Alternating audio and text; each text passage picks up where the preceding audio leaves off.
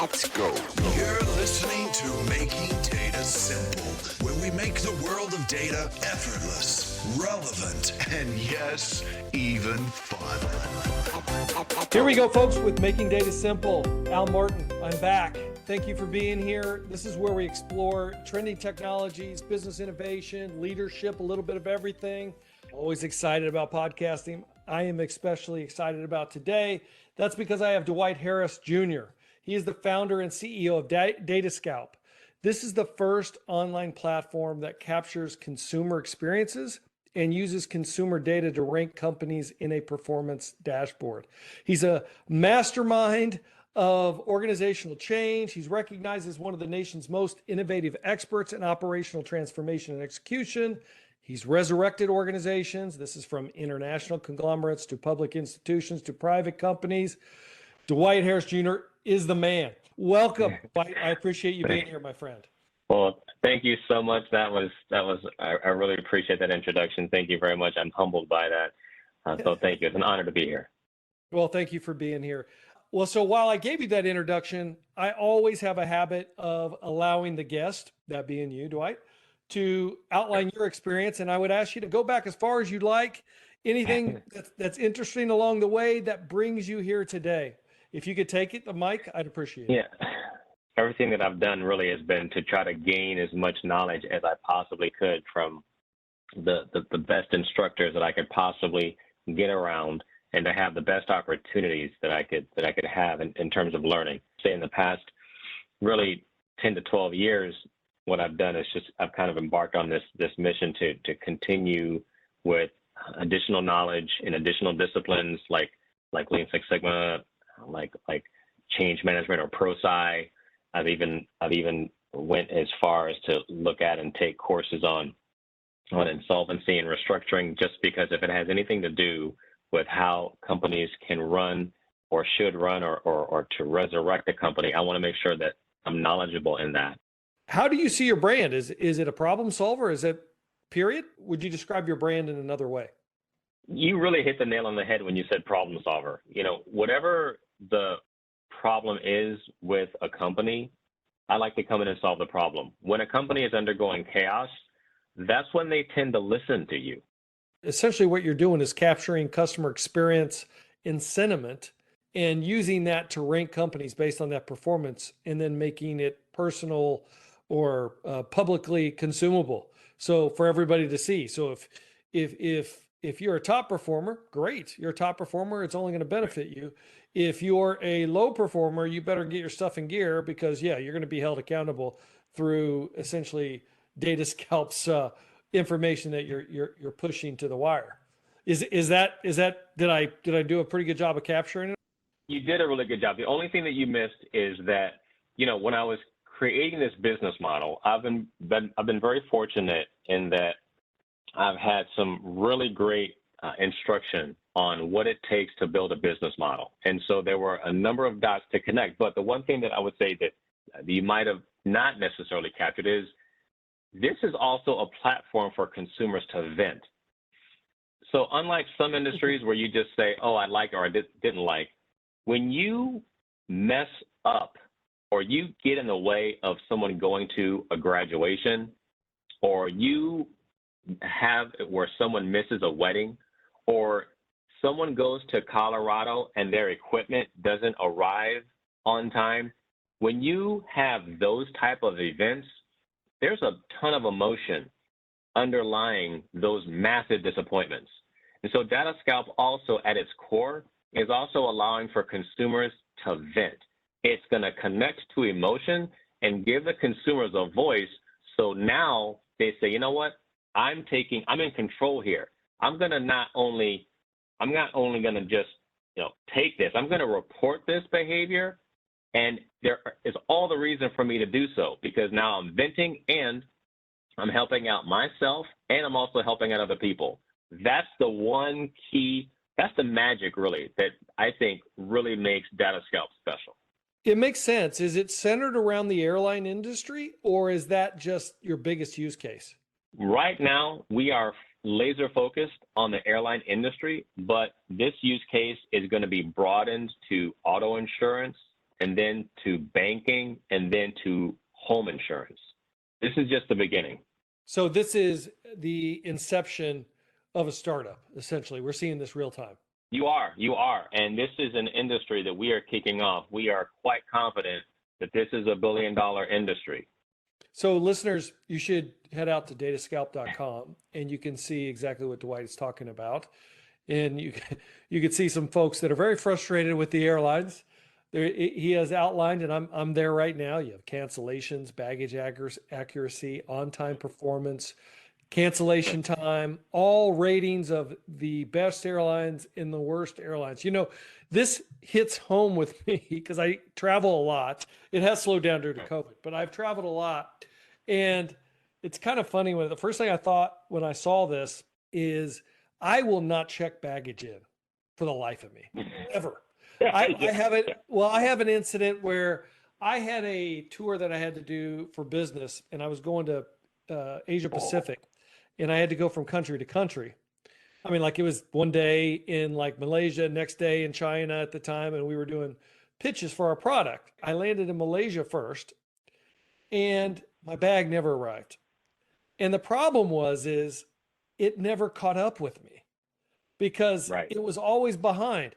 So, I mean, I was buying clothes. It actually worked out. I made it a funny joke every time I was on stage because I'd say, yeah, you see, I have tennis shoes. The reason I have tennis shoes is because I haven't had a chance to go get nice shoes since my baggage is still following me. There are airlines, and during different periods of time, some airlines are just better than others. Some airlines are going to have more cancellations. It may be that one airline has pilots that go on strike. It may be that there is some sort of a jet failure or electrical issue with one airline and their flights. So I wouldn't say that they're all bad, but I wouldn't say that they're all good. DataScalp is just allowing you to optimize your travel arrangements. And if you think about it, and one of the ways that we're going to grow is it's just around the corner for us to be able to tell consumers, look, we will optimize your air travel based upon where you're going, because we're going to have the data in order to do that. So if you're in a metropolitan area like New York City that has 3 airports, we'll be able to tell you this airport with this airline is going to put you in the best situation. And think about that for Southern California, Northern California, the Miami area that has 3 airports. Even where I live equidistant to Newark and Philly airport, but I'm going to be in a few days traveling to Croatia, and I'm going to JFK.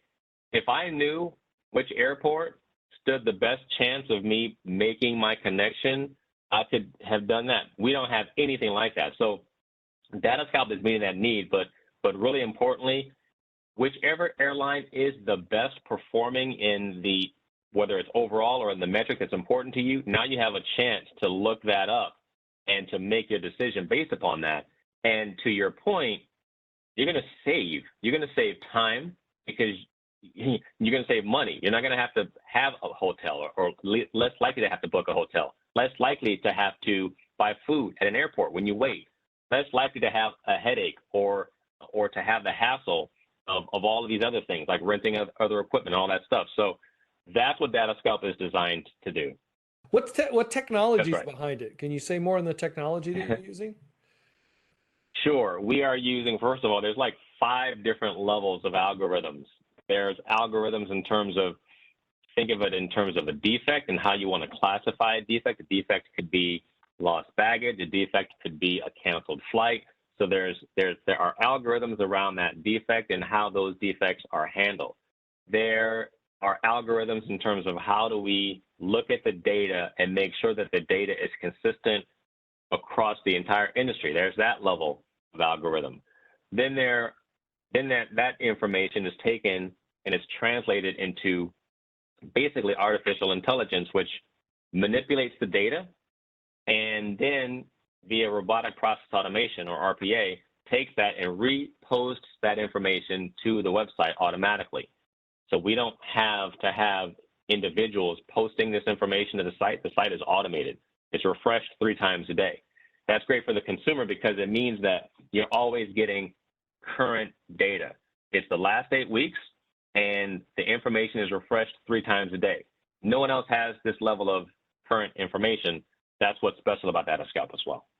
Couldn't the airlines, though, come back to you and say, hey, look, there's some bias in the data. The report or incidents, they thought it was canceled, but, here's the facts behind it, or whatever the case may be. Do you ever find or is there a risk of some kind of bias in terms of just listening to customers alone without the additional facts to intersect with the sentiment? There is that risk. And one of the actions that we've taken to mitigate that risk is, first of all, when we're relying upon inferential statistics. We're relying upon the central limit theorem. So I don't want to bore you to death, but we're utilizing the central limit theorem. Now, whenever you're dealing with inferential statistics, you will have some error in that. But if you have the numbers of reports, that error is really minimal. So that's the first thing. But more importantly, one of the reasons why we have designed to refresh the data 3 times a day and maybe not 6 or 10 times a day is we're going to give the airlines an opportunity to communicate with us. So we can say to the airlines, hey, this is what we've got. We're going to send this to you. We've got these as cancellations, and we have these as late flights, yada, yada, yada. Just tell us if this is accurate or if this is within the ballpark. And it's going to be upon the airlines to actually say, no, you need to correct this because that flight never happened today. And if it's that type of a situation, then we'll correct it. So we have baked in the opportunity to work with airlines to validate the data. That's where we're going. It'll take a little bit of time to get there just because, the airlines have got to go through that whole, first there's confusion, right? Then there's fear, then there's resistance. That's the cycle of resistance, right? But once they get beyond the resistance and the resentment, then they're going to get to the interest, and then they're going to get to the enthusiasm and the excitement that, hey, you know what? If we do well, we're going to be able to separate ourselves from the other airlines. And once they get to that point, then we'll work with them, and that's how we make sure that we eliminate that problem pretty significantly. How do you go about reporting incidents? Is it the website only? Is it app-based? How do you do it? Yeah, great question. Right now, we are a web-based app, by going to DataScalp.com. We are, of course, in the process of planning out the app. That is something that we are in serious discussions about currently. How many consumers do you have currently reporting incidents? We have had over 520,000 unique visitors in just the 4 months that we've been operational. This might sound simple, what we're doing, but it's not simplistic. There's a ton of thought behind what we have here.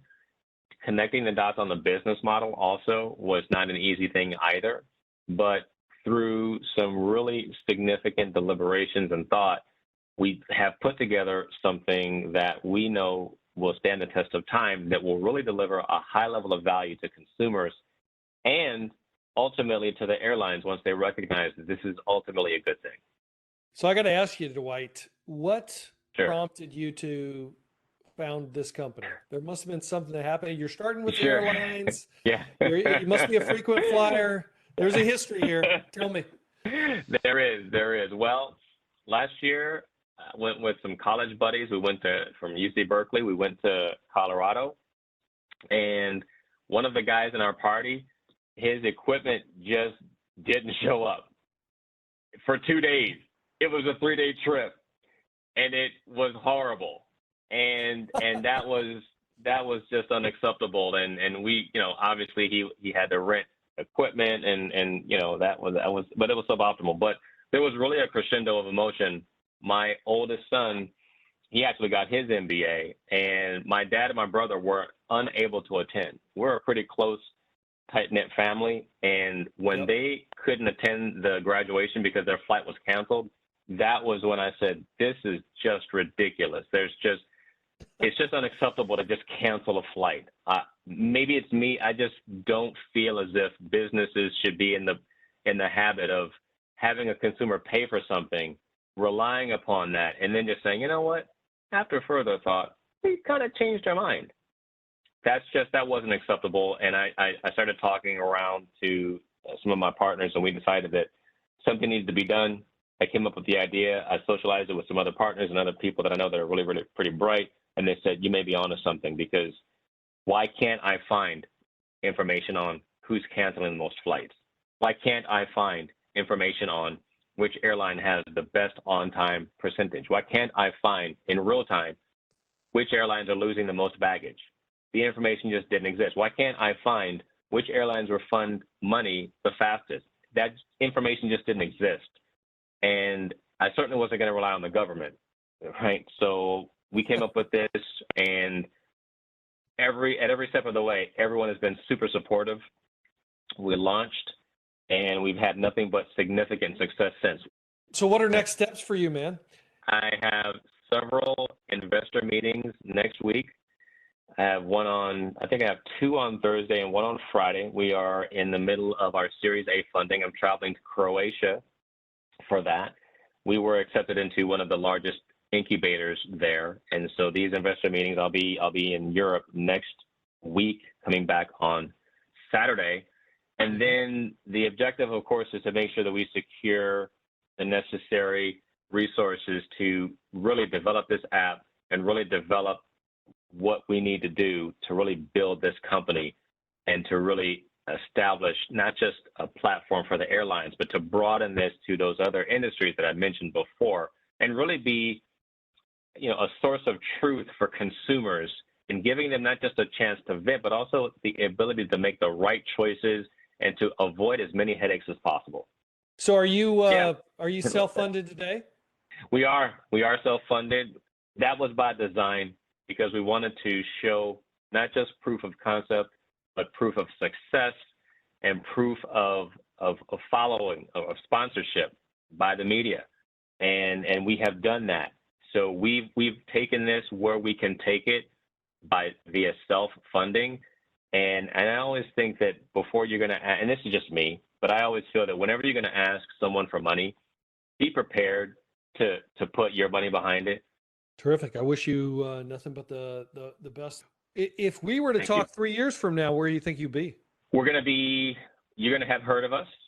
We're going to be very significant in the U.S. We will have proliferated throughout Europe.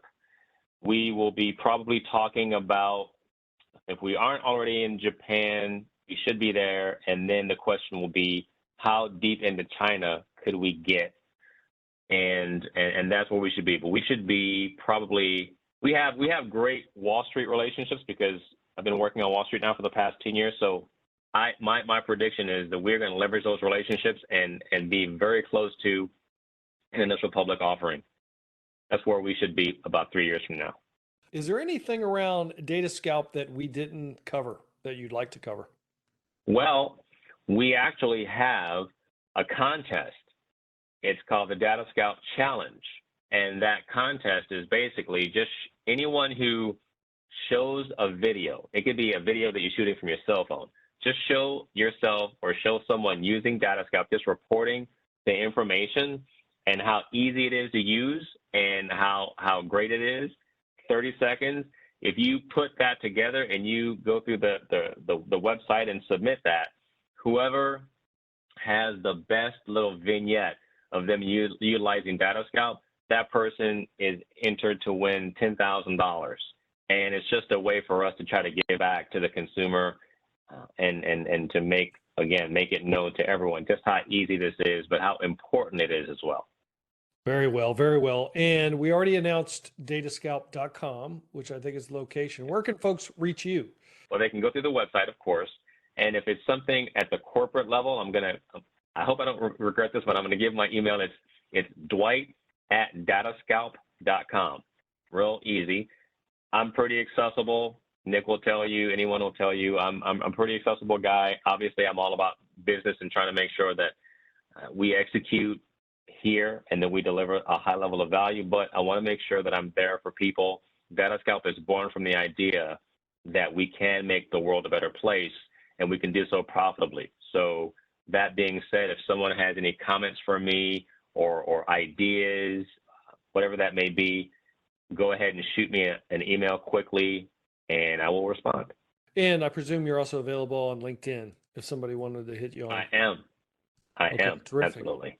These are the fun ones I like to end with. I'm curious, as a startup CEO, what does a day in the life of Dwight Harris Jr. look like? Well, I have emails that I have to go through. So the first thing I do is I wake up, I look at those. Sometimes I'll get someone saying, hey, do you want to give us a quote on this story? So there's that.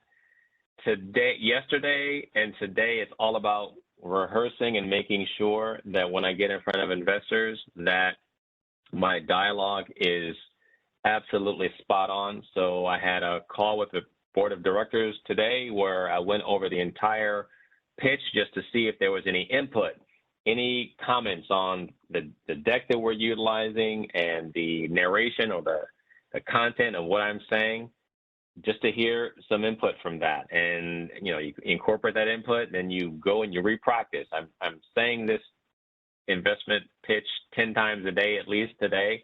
I did 10 times yesterday. So there's a lot of practicing involved with that. There are always people who feel like, oh, well, have you thought about this with the business? Have you thought about that with the business? So there are always those conversations, and you have to make sure that you reorient people. Look, that's great, but right now the focus is funding. That's the focus. Stay focused. So there's that. And then there's just trying to make sure that whatever else comes up as it relates to the business that you're dealing with. And then, of course, I do have a family, so I'm trying to make sure that I don't burn myself out. So, I'm kind of like a health nut, and I get to the gym a couple times a day to make sure that I'm doing what I need to do to remain healthy. Couple times a day? You're doing the gym twice a day? I do cardio at 6. I finish at 6:45, and then at lunch I go and I just do weights at lunch, and so I just break it up into 2, and that works out quite well. And yeah, it sounds like a lot, but it's not. Does sound like a lot. What's your number one leadership advice? You gotta have the expertise in order to lead. But then once you lead, you have to still make sure that you listen.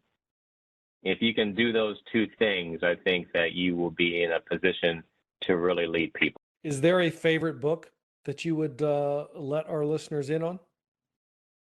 I loved From Good to Great. I cannot remember the author, but that is probably, I think, the best book. That's the book that I told my oldest son to read, From Good to Great. Very nice, man. Look, thank you for being on the show. It's been terrific. I appreciate it. I always love talking to entrepreneurs. Dwight Harris Jr., everybody. Thank you for being here, Dwight. Again, thank you for having me. It's been an honor. I really enjoyed myself. Thank you. You bet. Listeners, we love you. Hit us on almartintalksdata@gmail.com. We'll keep putting the podcast on that you want to hear. Let us know. We'd love to hear from you. Until next time, we'll see you on the podcast.